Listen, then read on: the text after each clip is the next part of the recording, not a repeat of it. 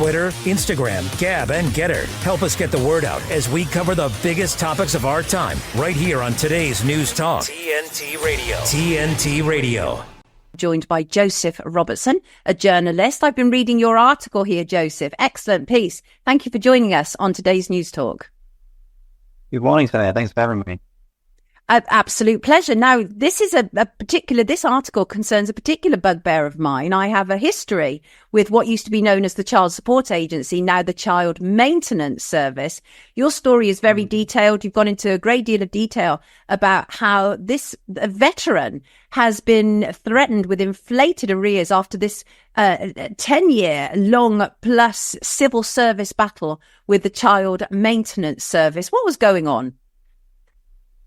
Well, it's one of many, sadly. It's a story I've been following since last summer, and I've got to know what I would now term victims of this issue over those months, and there are thousands of them. I've spoken to dozens personally. I've met what I call survivors, and sadly also families who have lost loved ones to suicide over very often inflated or fictitious arrears. I saw evidence of this over the last few months that, very often paying parents in that case will be given a inflated arrear without kind of any substantiating evidence. Very often they'll be taken to court over it. The CMS, the Child Maintenance Service, has special powers to enforce court orders without ever needing to put their workings out in front of the judge. And very often people are slapped with fines, which are sometimes 1,000% more than what they should be charged with, and left with no legal recourse. This is a completely failed agency. I have my own personal experience of this. In 2006, the minister who was responsible for running the Child Support Agency actually apologised to myself and my daughter in Parliament.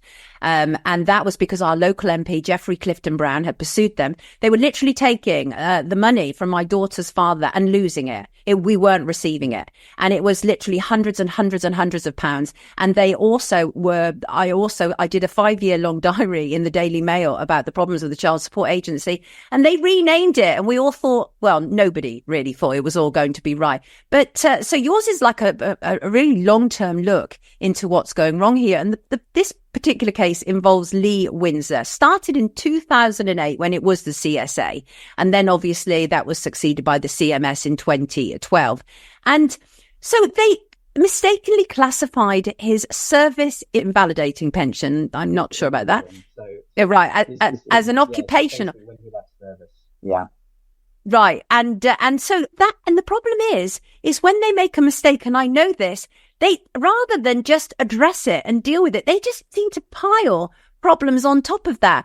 And one of the things that you were saying is about people who have taken their lives. Now, I've heard these stories as well. So this is a terrible situation. It's already difficult, isn't it? When, parents separate, it's already difficult for the child. But when they're wrangling over money and money is being lost, I mean, in your understanding and what you've seen, is there anything that can be done with this agency, or does it need to be razed to the ground and started again in some way?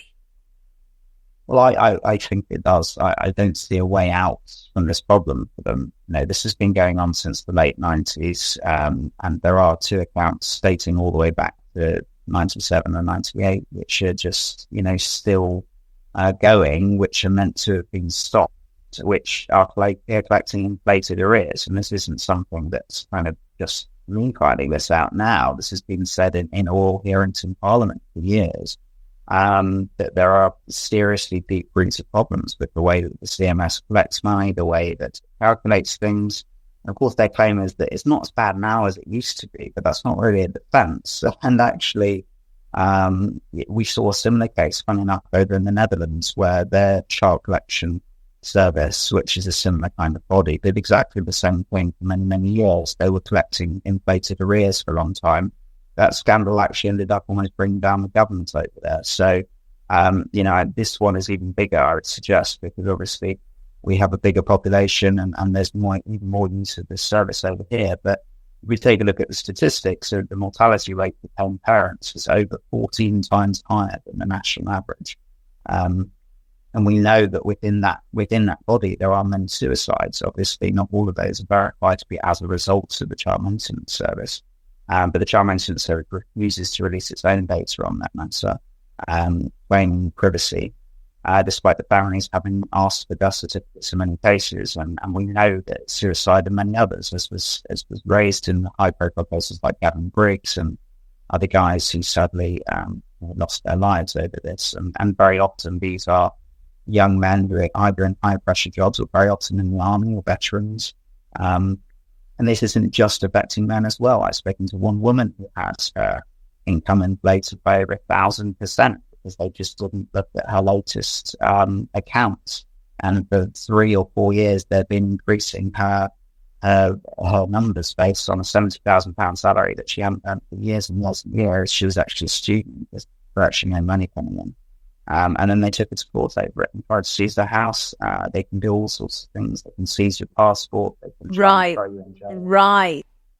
I'm here with journalist Joseph Robertson, and he wrote this actually brilliant piece in Epoch Times, and it is about the problems with the Child Maintenance Service. But Joseph, some of the things that you're sharing with us today are deeply disturbing. You were talking, just saying there that about a woman who had been billed, was it 1,000 times more?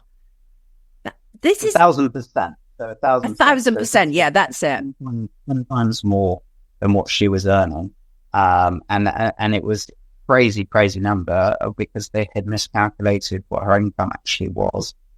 She had been earning a very good wage earlier on in her career, but things had changed course, and she was now a student.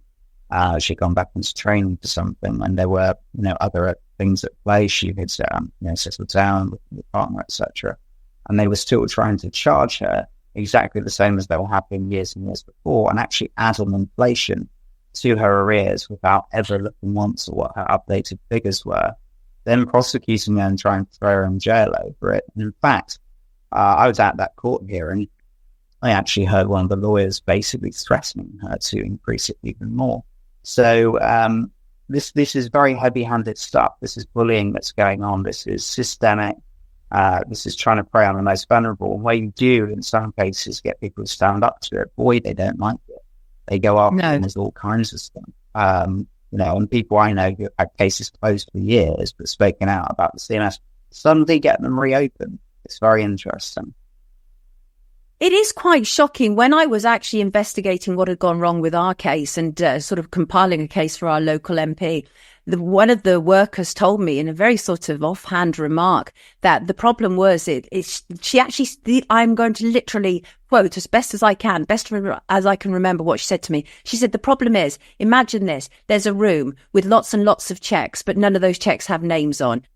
That's why we're having problems finding where we need to send the money to. That is literally what a CSA worker said to me, Joseph. And this is a systemic, a long-term problem. Why they thought renaming it was going to change everything. Why do you think they did rename it? Was it to try and get rid of the sort of bad taste that everybody had about the agency? Absolutely. I think there'd been too many high-profile gaps. There'd been money laundering that people knew about. There'd been all kinds of things coming out of that agency. This was all lower level stuff compared to what we're looking at now. I mean, this kind of stuff has been going on to the point of suicides. What was happening under the CSA, I'm sure there was that as well, but there was also known corruption, which was of a different kind. Some agency workers had stolen money. There had been a couple of different bits and pieces going on, and I think they thought it was time for a refresh. And kind of fair enough if they got the structure right. But of course, what they really did is swept a lot of it under the rug. The Treasury didn't want to be implicated in a lot of this. There's a lot of factors at play, and of course, this ends up going all the way to the top.